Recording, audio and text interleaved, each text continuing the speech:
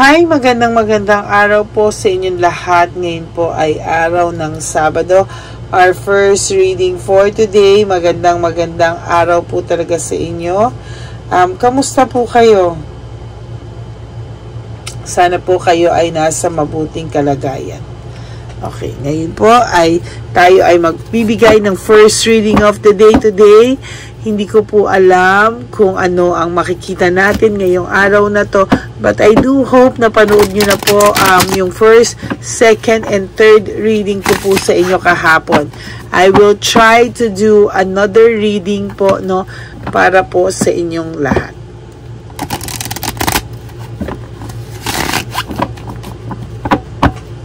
Okay.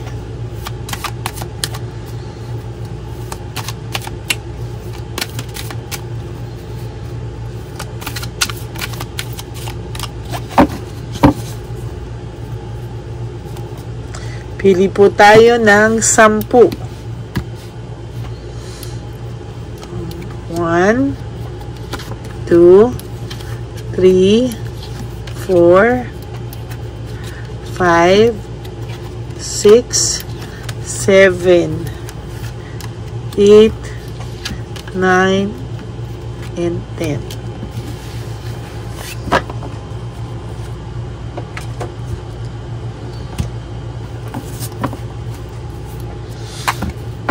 Pili po tayo dito ng 10.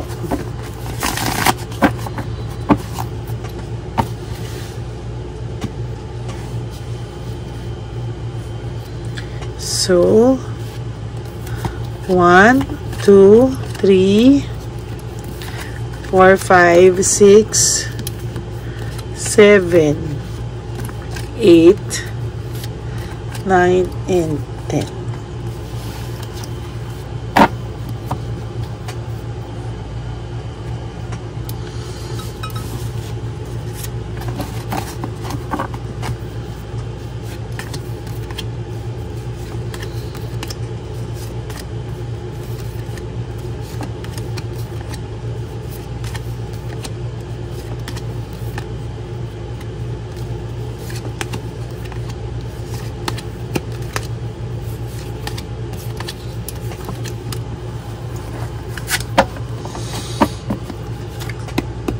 Okay, tingnan po natin ano ang makikita natin sa reading ngayong araw na to. Clarity and breakthrough and sharp mind. Ang taong pong ito ay nag-iisip ano po ang kanyang mga next move sa buhay niya. It may not be para sa kanya kasi kung naguguluhan siya hindi niya alam kung ito ay tutuloyin niya o what, pero ang nakikita ko talaga dito is somehow he or she gusto pong makawala sa kamalasan. Gusto niya mawala sa mabigat na aura at sa pakiramdam niya na mabigat. Kasi po ang person nyo, mabigat po ang pakiramdam niya nitong mga huling araw. Mabigat po talaga ang pakiramdam niya nitong mga huling araw. Na-miss niyo po ba ito na sumusulat ako? Mabigat ang pakiramdam niya.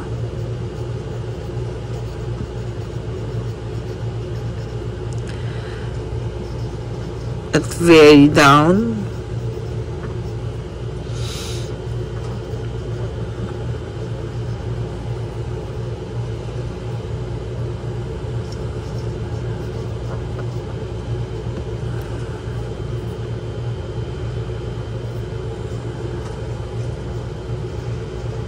Hindi kagasya.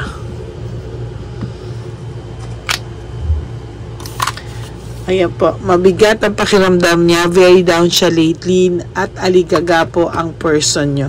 That's why here, it shows that the clarity and sharp mind, isa po yan sa kailangan niya. Ayan naghahanap po siya ng kaliwanagan, naghahanap siya ng peace of mind.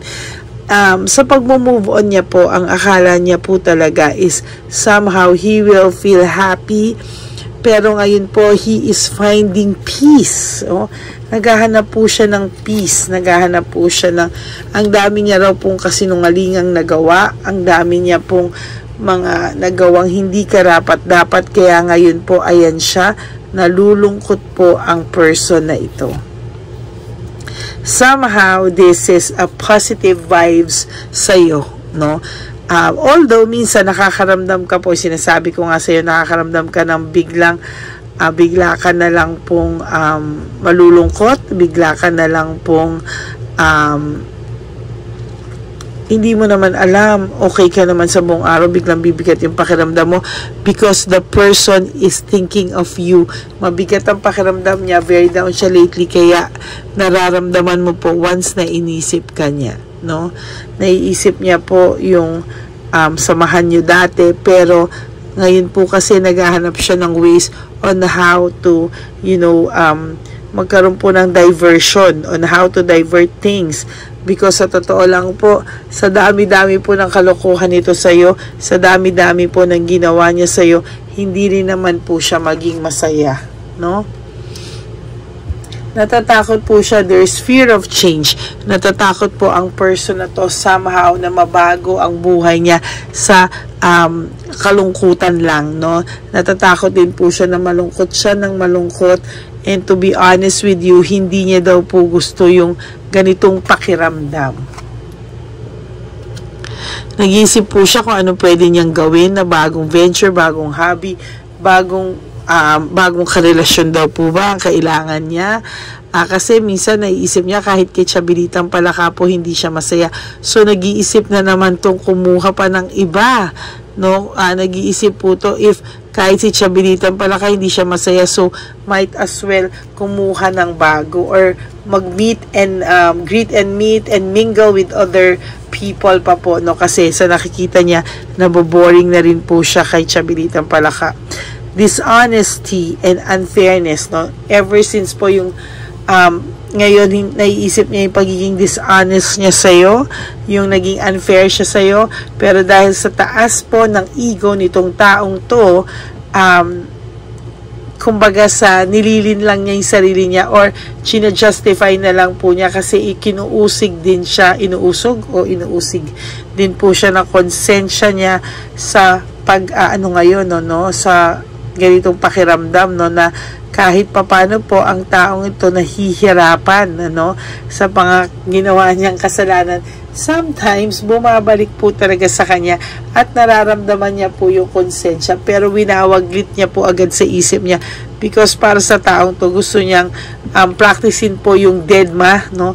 Deadma lang siya pero hindi niya po makuhang deadmahin because sobra po yung nararamdaman niya. Yan. There is this deception and adapting to change.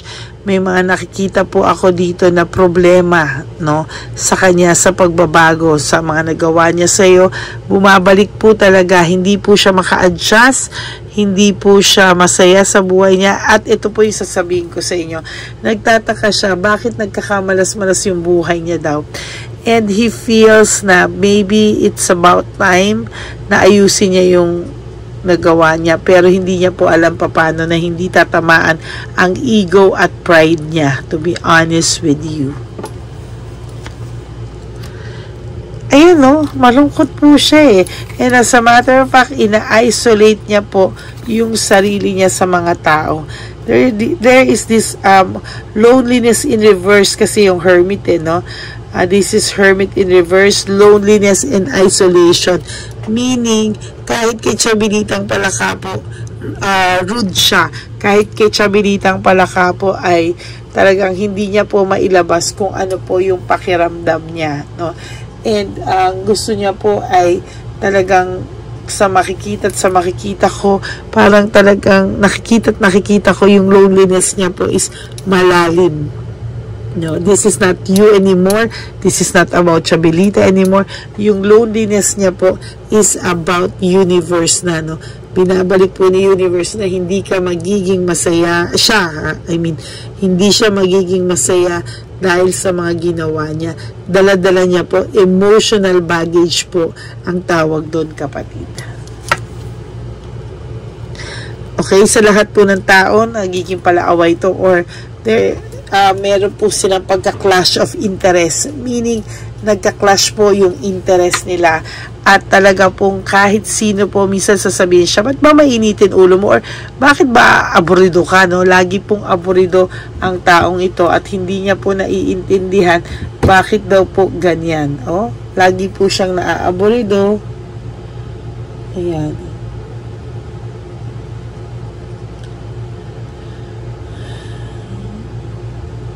Ayan, oh.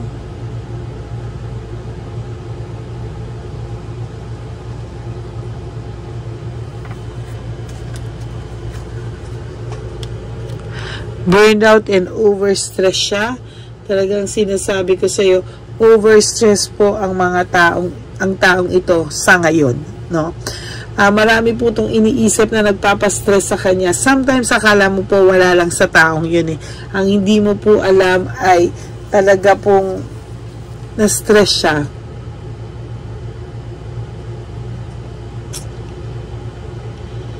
Ay, nako. Sa totoo lang, nalulungkot din ako na hindi niya maayos-ayos yung sarili niya. He used to be okay naman po and mabait din naman po ito kahit papano, pero nagkamali siya at talagang pinili niya pong magkamali. There's hopeless and reaching out. Hopeless po siya, gusto niya mag-reach out sa'yo, kaya alam may pagka-narcissist din po ito kahit mabait ito, no? Na parang lahat na lang ikaw may kasalanan, lahat na lang ikaw, lahat dito kanan kaliwa sa'yo lahat nasisisi, no? Pero nung una hindi naman siya ganun, lumabas na lang po ngayon kung kailan siya nagloko, ngayon kung kailan siya nagkaganito, no? Nagpapanik po ito, may slow down, no? Nagpapanik siya every time na mababalitaan niya na wala na, nagmo-move on ka na, nagpapanik po ito. Ang sabi ko po sa'yo, hindi po kakayanin ng taong to pag siya po ay iniwanan mo ng tuluyan. Meaning, alam niyang may iba ka na po, magpapanik po talaga ito.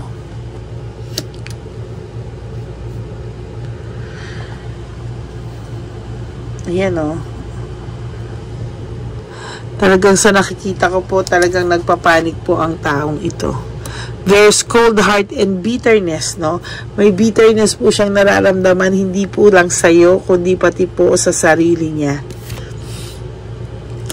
Confused na confused po ang taong to, hindi niya po alam ang gagawin niya, hindi niya po alam kung ano yung moves na gagawin niya. Sobrang bigat po ng pakiramdam niya kasi nagkaroon na po siya ng brutality sa isipan niya. Meaning, naging brutal yung pag-aaway nila ni Chabelitang Palaka, naging brutal yung pakiramdam niya because sa mga nagawa niya sa'yo, halo-halo na po yung chaos and confusion na nararamdaman nito, no? You have to pray for him as well, or her, no? Kailangan pagdasal mo rin po ito kasi sa totoo lang kapatid, you are blessed, no? Siya po, dahil siya yung nagkasala sa iyo, siya po yung nakakaramdam nito ngayon. Kaya sa totoo lang po ay magiging maayos po yung buhay mo sa mga susunod na araw. Sana po kahit papano ay ipagdasal mo rin siya na maging maayos ang pakiramdam niya at bumalik siya sa tamang pag-iisip. Gusto niya po ng new feelings, spirituality, intuition. Gusto niya pong maramdaman na umu-okay siya ulit o umu-okay ang buhay niya. Naghahanap po siya ng purpose, naghahanap po siya ng diversion, or naghahanap po talaga ito ng pwedeng magawa to ease the mabigat na pakiramdam niya. At kasi nga po, sabi ko nga po sa'yo, very, very down po itong taong to. So, ayan po, no? Ang dami niya pong unresolved issues and emotional baggage, no? So, kung tutuusin po, talagang napakadami niya pong emotional baggage ngayon because hindi niya po ayos lahat ng unresolved issues niya. And for your last card, ayan po, no direction. Wala siyang direction sa buhay niya. Very unpredictable po ang mangyayari sa kanya sa mga susunod na araw. Okay? So, that is your first reading for the day today. Mabigat pa rin po ang pakiramdam niya. Very down siya lately at aligaga siya. For whatever reason, hindi niya po alam bakit siya naaaligaga. Pag namimiss ka po niya, naaaligaga siya. Pag naisip niya po yung mga kasalanan niya sa'yo, naaaligaga siya. Kaya, sa totoo lang po, maaaligaga at maaaligaga pa siya sa mga susunod pang panahon hanggang hindi niya po alam mo yun, hinaharap po yung mga nagawa niya po sa yung mali. Okay? So, that's it for your first reading of the day today. Pasensya na po kayo, medyo may hangover pa ako sa biyahe kahapon, but medyo pagod pa po ako, pero ito po ang nabasa ko talaga sa kanya. Mabigat ang pakiramdam niya, very down siya, aligaga siya. So, ayan po, no? Talagang ganyan po ang pakiramdam niya sa ngayon. Okay? So, para po sa inyo, kung gusto niyo pong malaman kung ito pong reading na to ay para sa inyo, you can message me po at Ladyly Elena, that's L-A-D-Y-L-Y, Elena. Diyan niyo po ako makokontak para sa personal reading. For those of you na gusto magpa-personal reading sa akin, diyan niyo lang po ako makokontak. Nasa dulo po yan ng ating video. That is my only official and legit FB account po, no? I-follow niyo na rin po ako para pag nagra-random check po ako ay makita niyo po, no, na baka makita niyo ako na tumatawag sa phone niyo, ayan, at magkamustahan po tayo. Okay? So maraming pong salamat sa inyong lahat. You know, para po sa inyo na naka-resonate, baka pwede niyo po akong bigyan ng like and comment down below para po nagkakausap naman po tayo. Diba? Nababasa ko rin po yung mga opinion nyo at nagkakakuhanan po tayo ng energy. Okay? And for those of you who wants to give me a super thanks, I would really love that. Kaya maraming salamat po from the bottom of my heart. To all my solid loyalista, to all my Lady Elena friends, family, and subscribers, I love you all from the bottom of my heart. Thank you po sa lahat ng support, and I'm really grateful to all of you para po sa support na binibigay nyo sa akin.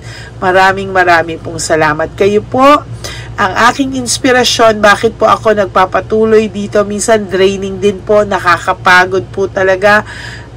Pero alam nyo po, pag naiisip ko po yung libo-libong natutulungan ko sa araw-araw na maging panatag ang pakiramdam, at natutulungan ko po, may mga minsan mag-message po sa akin na salamat po, naayos ko na po yung buhay ko, ngayon po mahal ko na yung sarili ko, etc.